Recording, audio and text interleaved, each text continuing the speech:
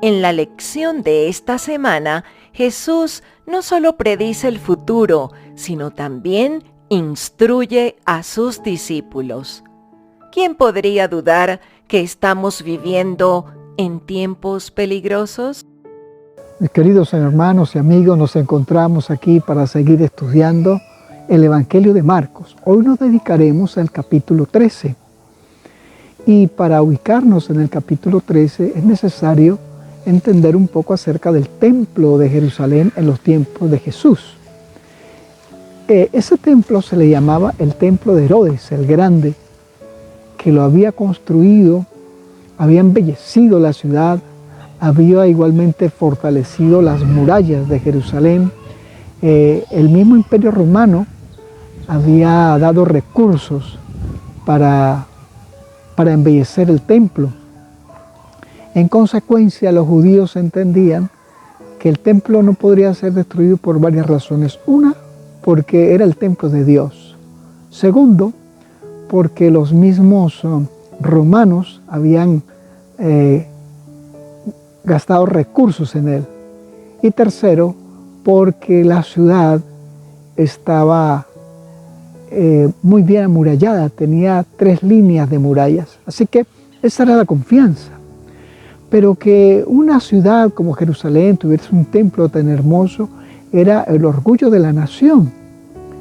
Y los mismos judíos, los gentiles, cuando hablamos de gentiles hablamos de todos los que eran extranjeros, realmente les maravillaba la hermosura del templo.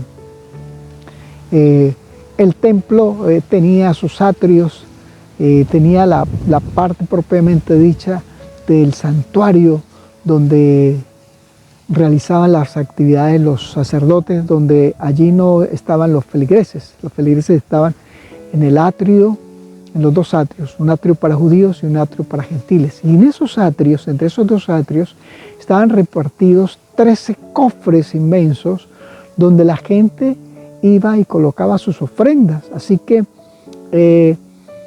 el templo estaba acomodado de tal forma que impactaba los sentidos y era el orgullo de todo el pueblo judío. Y en ese contexto Jesús nos relata lo que habría de ocurrir hasta el fin del tiempo. Y es interesante que antes de que Jesús comience a decir estas cosas, cuenta una historia que está ahí en el capítulo 12, fíjense que vamos a leer el 13, pero tenemos que referirnos al 12, en la última parte donde hay una pequeña historia acerca de una mujer viuda y muy mayor que fue a llevar una ofrenda al templo, pero ella llevaba 2 moneditas. 2 moneditas se le llamaban blancas. Eso era como si tú tomaras el jornal de un día de trabajo y lo dividieras en 128. Eso era lo que la mujer llevaba de ofrenda, así que ella, muy avergonzada, viendo que la gente en esas arcas colocaba dinero en abundancia, así que ella con mucho cuidadito se acercó y lanzó las 2 moneditas.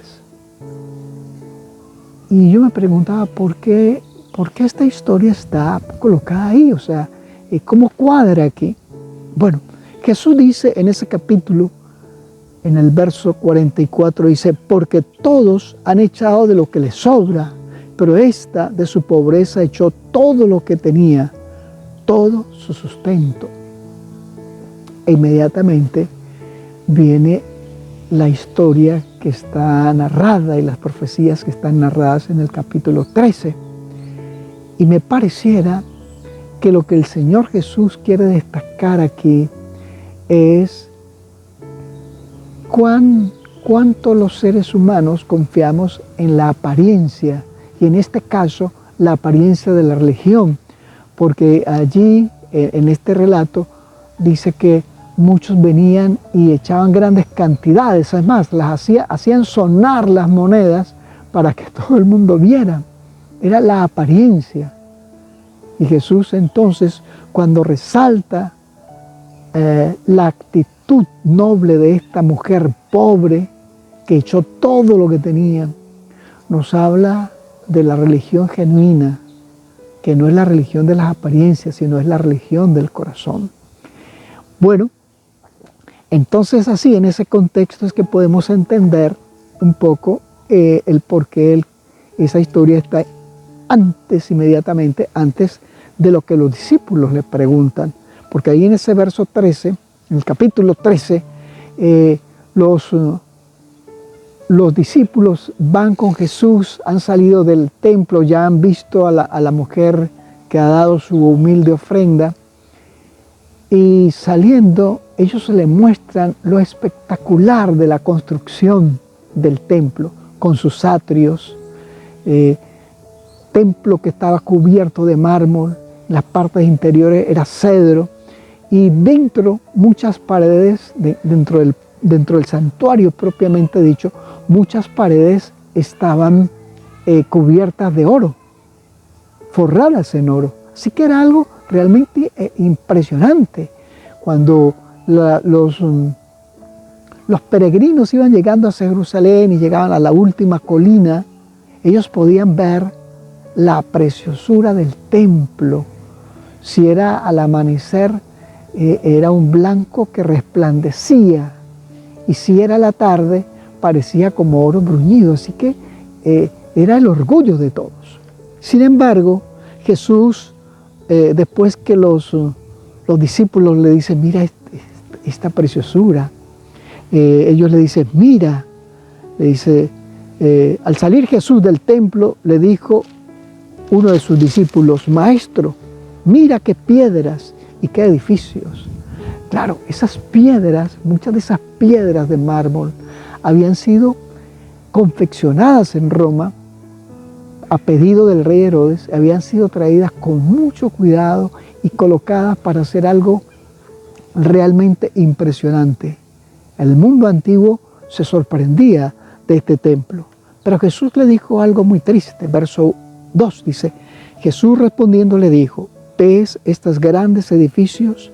No quedará piedra sobre piedra que no sea derribado. Y eso impactó a los discípulos porque ellos se sentían orgullosos de su templo. Dice, ¿cómo podría ser que esto sería destruido? Así que ellos pensaron, bueno, eso será cuando el fin del mundo. Y entonces ellos le preguntan, bueno, Señor, dinos cuándo serán estas cosas y cuándo será el fin del mundo. Eso es lo que ellos estaban pensando. Y Jesús no les corrigió, sino que les contó, pero mezcló la destrucción que vendría a Jerusalén con la destrucción de este mundo antes que Jesús venga por segunda vez. Y Jesús entonces le dice, no quedará piedra sobre piedra. Cuando Jerusalén fue sitiada por los ejércitos romanos, era algo que ellos no, los que estaban dentro de la ciudad, estamos hablando luego del año 68 después de Cristo, ellos estaban convencidos que los romanos nunca podrían entrar, porque Jerusalén o los ejércitos de Jerusalén habían comenzado una revuelta desde el año 66 y habían vencido constantemente a los romanos. Los habían vencido de tal manera que en muchos de esos combates los soldados de Judá habían recogido muchas armas de los romanos vencidos. Así que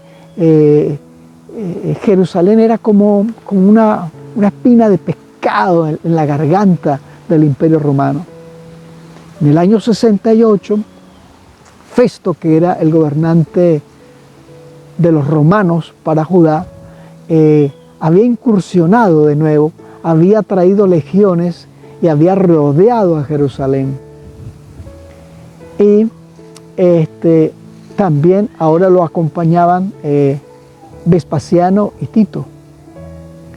Y resulta que Vespasiano tiene que irse, en el año 68 tiene que regresar a Roma porque ha muerto Nerón y Vespasiano tendrá que ser declarado como nuevo gobernante, nuevo emperador.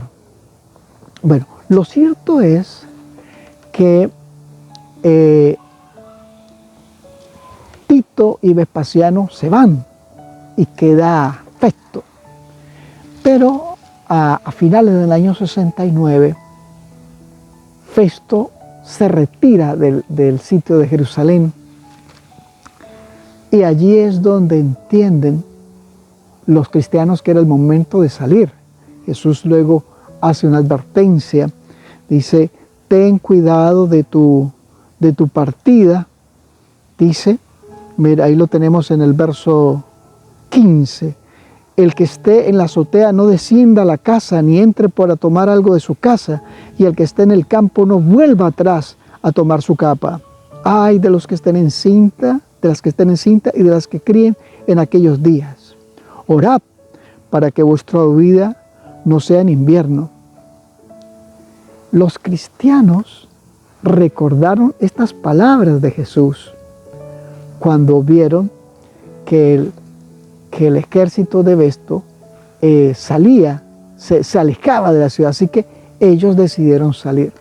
Pero poco después regresó Tito, el hijo de Vespasiano, o sea, el hijo del emperador. Regresó Tito con 10 legiones que sumaban alrededor de unos 80.000 soldados. Y entre esas legiones estaba la legión 10ª, que era famosa por su actitud sanguinaria. Bueno, teniendo esto presente de lo que estaba pasando, Tito le había dicho a sus soldados, no vayan a destruir el templo. ¿Sí? Porque claro, era algo muy bello. Y así se propuso que sería. Sin embargo, mire que cuando el asedio siguió, llevaba ya tiempo, en la fiesta de la Pascua del año 70, estamos hablando de abril, había mucha gente dentro de Jerusalén, había más de 1 millón de personas, porque muchos habían venido a las fiestas, pero esto fue fatal para ellos. Bueno, ¿qué ocurrió? Cuando ya todos los ejércitos, todas las legiones romanas habían estado asediando a Jerusalén, tumbaron la primera línea de la muralla, la segunda línea de la segunda muralla, ya quedaba una sola, que era la que guardaba al templo. Ya muchos de los judíos estaban muriendo de hambre, la gente se ha vuelto canibalista, las mujeres se comían a los niños, a sus hijos, era algo terrible. Muchos salían en la noche, salían de la ciudad para ver qué podían conseguir alrededor de la muralla, y eran tomados por los romanos, y los romanos los tomaban prisioneros y los crucificaban. Hubo un lugar que pareciera sacrificaron a tantos que parecía un bosque, pero un bosque de personas crucificadas. Era algo realmente horrible. Bueno, ¿qué pasó inmediatamente? Cuando ya las legiones pudieron tumbar la última muralla, que era la que más protegía el templo, mucha gente ya había muerto, mucha gente. Y dentro del templo, en sus atrios, se escondían los dirigentes religiosos, se escondían los que se habían opuesto tanto a las legiones romanas, que así, estas legiones, estos ejércitos judíos a veces salían y atacaban a las legiones e iban matando, así que los legionarios estaban muy sentidos. Entonces, cuando ya rompieron esa tercera muralla, que entran las legiones, pues estos defensores del templo comenzaron a luchar, y fue tanta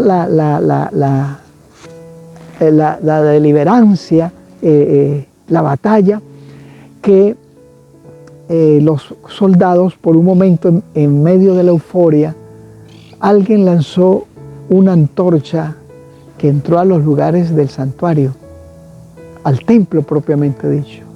Y entonces los cedros, las maderas de cedro, se prendió fuego y el oro se comenzó a derretir también. Pero fue tanta la avalancha que entraron y saquearon el templo y comenzaron a derrumbar el templo. Y luego descubrieron algo, que como el oro se había derretido en medio de las piedras, en medio de los pisos, pues tuvieron que romper. Y ahí se cumplió que no quedaría piedra sobre piedra.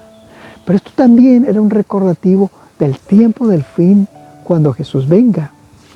Jesús nos había advertido allí en ese capítulo, en el verso 19 dice, porque aquellos días serán de tribulación, cual nunca ha habido desde el principio de la creación que hizo Dios hasta este tiempo, ni la habrá. Bueno, la destrucción en el año 70 de Jerusalén y su templo, de los habitantes que estaban allí, murieron más de 1 millón de personas y la mayoría de los que quedaron vivos fueron llevados como esclavos para ser vendidos por los soldados romanos. La ciudad quedó totalmente destruida. Los romanos arrasaron la ciudad. Hoy, si tuviésemos la oportunidad de ir a Jerusalén, hay algunos lugares donde todavía están esas piedras ahí destruidas. Son piedras muy grandes, pero que formaban un edificio, ahora son solo ruinas. Se cumplió lo que Dios había dicho.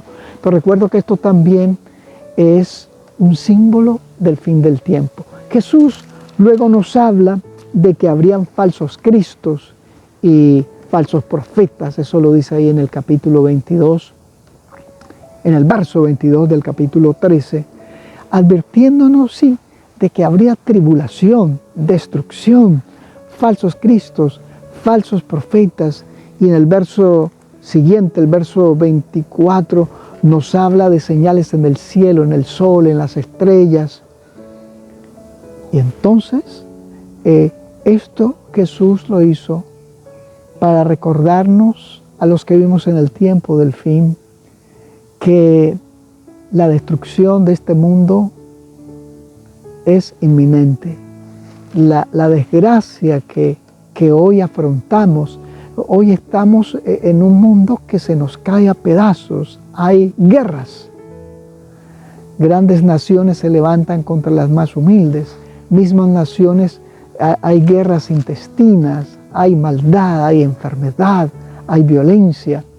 Pues Jesús nos habla, así como le habló a los discípulos, dice, de una tribulación cual nunca fue, pues esa tribulación fue para el pueblo de Judá allá en Jerusalén en el año 70, pero también es para nosotros que vivimos en el tiempo del fin. ¿Pero qué ocurrirá después? Bueno, cuando estas cosas comiencen a ocurrir, Jesús nos pide que estemos alerta, que nos preparemos, porque la destrucción de este mundo, que será en gran parte será una autodestrucción, es una señal de que el Señor está a las puertas, ¿sí? El Señor está a las puertas. Y así como le explicó a los que vivían, a los que le estaban escuchando, dice en el verso 20, dice, y si el Señor no hubiese acortado aquellos días, nadie sería salvo, pero por causa de los escogidos que Él eligió, acortó aquellos días. Así como el Señor permitió que los fieles pudieran salir de Jerusalén cuando Festio, el gobernante romano de Judá, salió, se dejó el asedio y se fue, y ahí aprovecharon de salir. También es cierto que en esta tribulación que el Señor Jesús nos habla del tiempo del fin, se refiere, y Él por eso dice, el que entienda, el que le entienda, hablando del profeta Daniel, pues sencillamente cuando el cuerno pequeño tomó el control de Europa y persiguió a los cristianos, y se determinaría que esto sería por 1260 años. Los fieles del Señor fueron perseguidos, quemados, encarcelados, injuriados, murieron sus familias durante ese periodo. Pero un poco antes, entonces, apareció la reforma protestante guiada por Lutero. Y ahí es donde se cumple eso, dice que los días fueron acortados, o sea, no se esperó hasta el año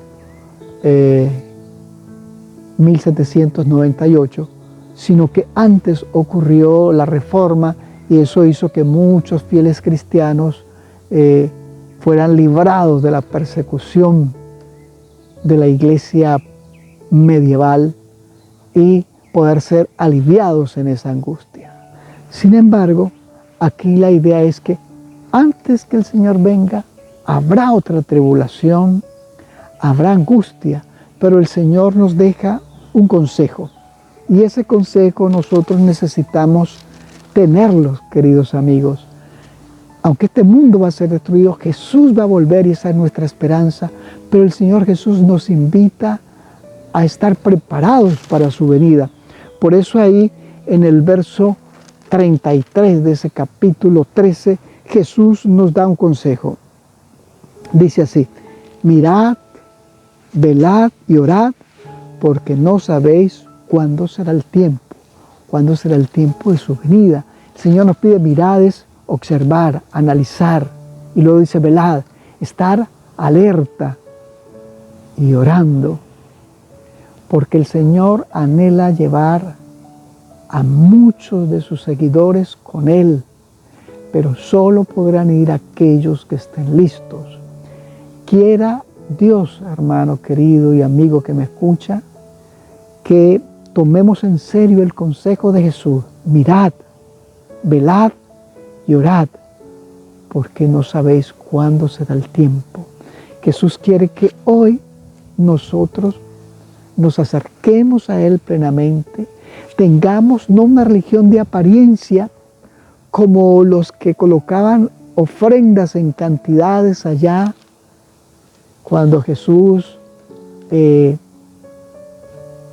mostró la insignificancia de la apariencia de la religión y exaltó a aquella viuda que dio algo tan insignificante, pero que era todo para ella, era el sustento. Otros daban lo que les sobraba, pero ella dio hasta de lo que le faltaba. Jesús nos habla de que tenemos que ser cristianos genuinos. Si de pronto hemos sido cristianos de apariencia, pidamos perdón al Señor. Pidámosle: Señor, ayúdanos a experimentar un genuino arrepentimiento, una verdadera conversión, a fin de ser los cristianos que Jesús quiere que seamos, para que seamos instrumentos de predicar el Evangelio, a fin de que otros se preparen para la venida de Jesús y nosotros mismos nos preparemos. Tomemos pues el consejo del Señor. Mirad, velad y orad. Le invito a que oremos, querido hermano. Señor Jesús, gracias por dejarnos tu palabra. Gracias por dejarnos este capítulo tan revelador. Queremos pedirte que nos ayudes a escuchar tu consejo, a analizar, a estar alerta, a orar. Ayúdanos a tener una religión genuina, de no darnos lo que nos sobra, sino darlo todo por ti, Señor. Y al mismo tiempo, ayúdanos a ser idóneos para cuando tú vengas, Señor, recibirte con gozo en tu segunda venida. Lo rogamos en tus méritos, querido Jesús. Amén. Mi querido hermano y amigo, si Dios lo permite, nos veremos la próxima semana.